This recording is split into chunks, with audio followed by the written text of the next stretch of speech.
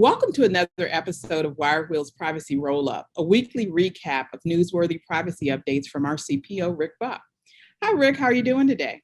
I'm great, Janine. How are you today? I'm doing well, thank you. It sounds like a lot of things going on the privacy front as usual.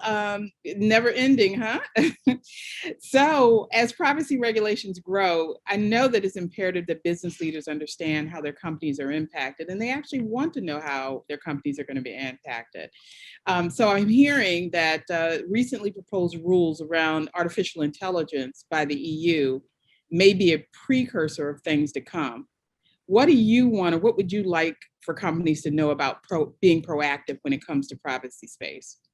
Yeah, that's a great question, Janine. As you've heard me say a number of times on these updates and in the office, Europe seems to be leading the way in terms of privacy regulation. And I think the proposal last week about artificial intelligence is certainly a sign of things to come. As we all know, data privacy laws are becoming more complex, and we're seeing a lot more of them all over the planet. So let's recap a little bit. Last week, almost 3 years ago, since GDPR took effect, the European Commission proposed a draft for rules around artificial intelligence. And let's think about why they did that. So I think in many respects, this was driven because, when we think about it, the systems that handle our personal data and the amount of personal data and the ability to collect personal data has grown in scope and reach since GDPR was first written. And the information that we feed data models for AI and for business intelligence and machine learning has become so much more detailed and so much more specific that I think it's way beyond what GDPR, many laws, had originally been able to contemplate. And so the new draft is thinking about how to address new technology, the new way we're doing business, the new large volume of data that we're collecting. The draft itself, does a bunch of things. I think the main purpose is obviously to set the rules around artificial intelligence systems, about the data they collect and how it gets used. Similar to GDPR, it applies to AI providers, to AI users, distributors, and importers located in the EU. And it addresses things like risk management, transparency, conformity, and assessments, right? These are things we're familiar with in the constructs of GDPR. What it also is really focused on is protecting, an ethical and privacy-focused use of artificial intelligence, and trying to eliminate things like bias in the data sets, which then ultimately result in potentially discriminatory outcomes. The new proposal, along with a flurry of international, national, and state level privacy laws, are impacting businesses across all industries and their ability to be able to comply with these privacy laws and best practice. So, there's all kinds of new things, or maybe not even new things, but just more another thing to add to the list of people's compliance issues. One, landing pages are asking visitors to provide consent before they are able to get to the actual website. Retailers are publishing multiple privacy policies based on the multiple jurisdictions where they're doing business. Right. Cyber insurance providers are getting more rigorous about premiums based around the scope and volume and intensity of the volume being collected. In the United States, we now have 2 state laws. Well, how many more will we have by the end of next year, end of this year? Will we have a federal law? Again, topics you've heard me say many times before. Mm-hmm. One thing that we can be sure of is that as the new technology develops, we certainly are going to see adjustments to existing laws and the introduction of many new laws going forward. From a solution point of view, I think there's a couple things that we think about. One, certainly there's going to be a need in the industry for a lot more privacy professionals. So to everybody listening, buckle your seatbelts. This is a great career expansion and a growth era for privacy people. But on top of having humans, there's also technology play. And more and more businesses are relying on technology to help them with their privacy compliance. WireWheel is a perfect example of this. Our business, the space that we're in, has exploded over the last couple of years. Right.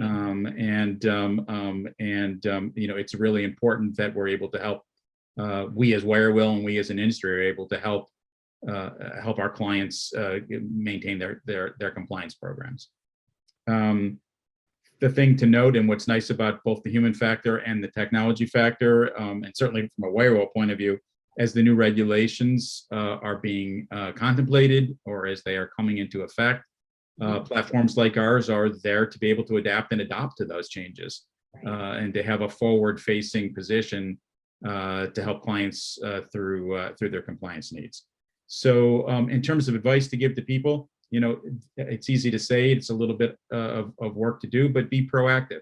Start thinking about the laws that are coming into effect.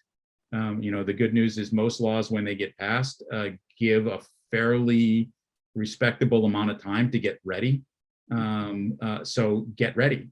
Start thinking about the things you're going to need to do a year, 2 years from now, and get your platform in shape, get your privacy policies and your privacy program in shape now, so that when the time comes for those laws to go into effect, you're prepared and you're ready to go.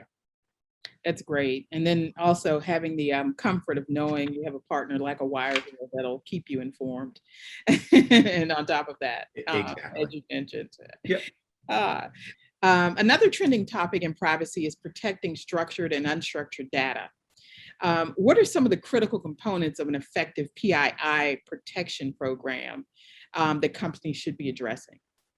Yeah, another great question, Janine. Thank you. So, whether the data is structured or unstructured, and we'll talk about some of the nuances in a second, but regardless of what category they fit into, there's some overarching things that we need to think about. One, data discovery. Where is the data that you have?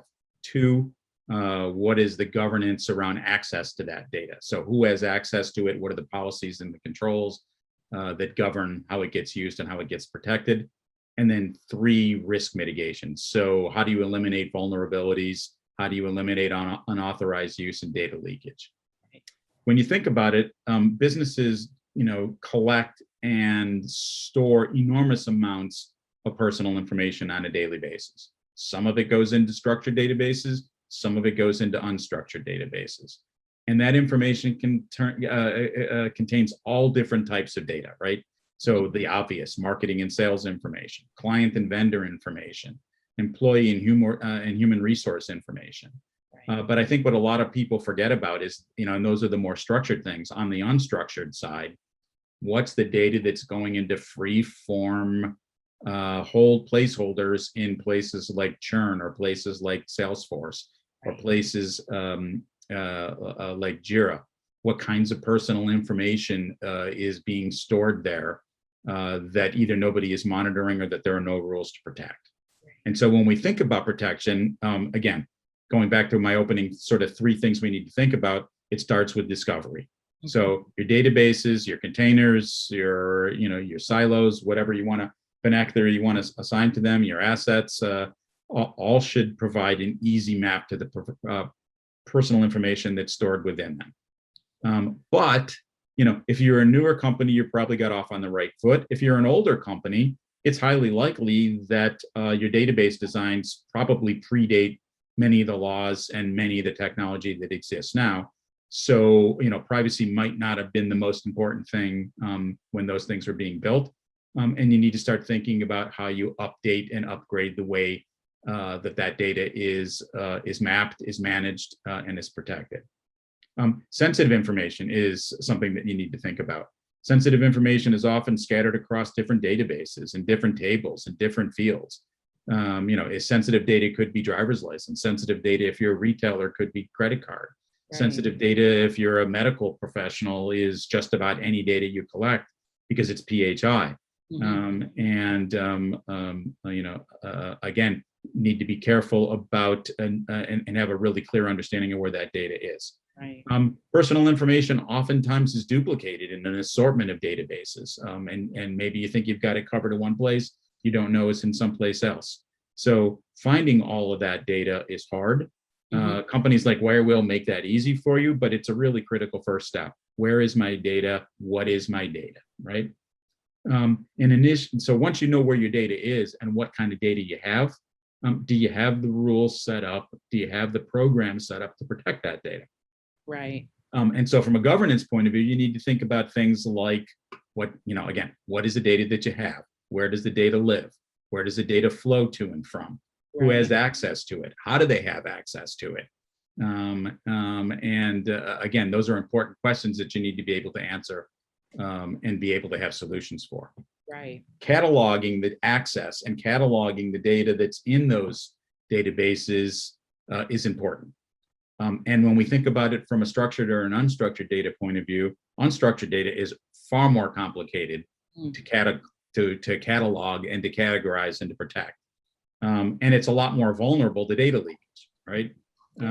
Again, the unstructured data in data leakage is, in Salesforce. Did you, do you have notes about a client? Did you upload a customer database? Does anybody protect that, right? Is anybody watching that? That's where unstructured data becomes a lot more vulnerable than I have very specific rules about my database and who has access to it and how it's protected. Right. And so again, you have identified the data that you have, you've built a plan around the governance policies and controls, and now you need to think about mitigating the risk for data leakage beyond what you already have. Right. And there's a couple ways to think about it. For structured data, think about the way that your databases are structured. And if you can, eliminate duplication where data lives. Make sure that your data is encrypted or tokenized so that you add an extra layer of security on top of the access controls that already exist. Good old-fashioned advice: delete what you don't need. Data minimization, right? Lots of the laws talk about data minimization. And then think about things like reviewing your API security protocols, because these could be one of the weakest links and make you more vulnerable for data linkage. Right. On the structured side, it's a little bit more organized, right? Excuse me, on the unstructured side, it's a little more difficult.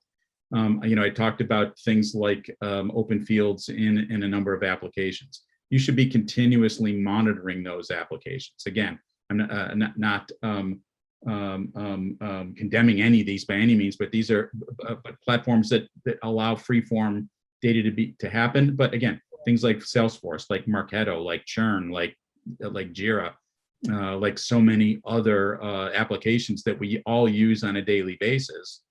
Somebody should be monitoring those platforms and enforcing the rules with your employees to make sure that they're only putting in the data that's been approved to go on those platforms. Right. Users are in and out of those platforms all the time. Auditing them on an annual basis probably sounds like you're safeguarding, but it's really not. This should be a continuous monitoring program. So I would leave you with, the understanding that, as we all know, compliance is hard, but there are tools to make it a lot easier. If you have an understanding of how to discover and assess and protect your structured and unstructured data, you're off on the right path.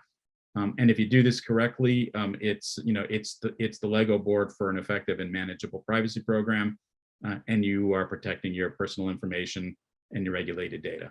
And again, WireWheel's here to help. We have all kinds of tricks and tools to help you along that journey. Well said. Definitely well said. All right. Well, I want to thank you for this week's update, Rick. And thanks again to our viewers for tuning into WireWheel's weekly Privacy Rollup. If you have any questions about privacy and you'd like to get answers, please reach out to us at marketing@wirewheel.io. And we'd be more than happy to speak with you. And also be sure to like this video and subscribe to WireWheel's YouTube channel as well. So again, thank you for your time today, everyone watching. And thank you, Rick. Always a pleasure, Janine. And thanks everybody for watching this. We'll see you again next week. Bye-bye.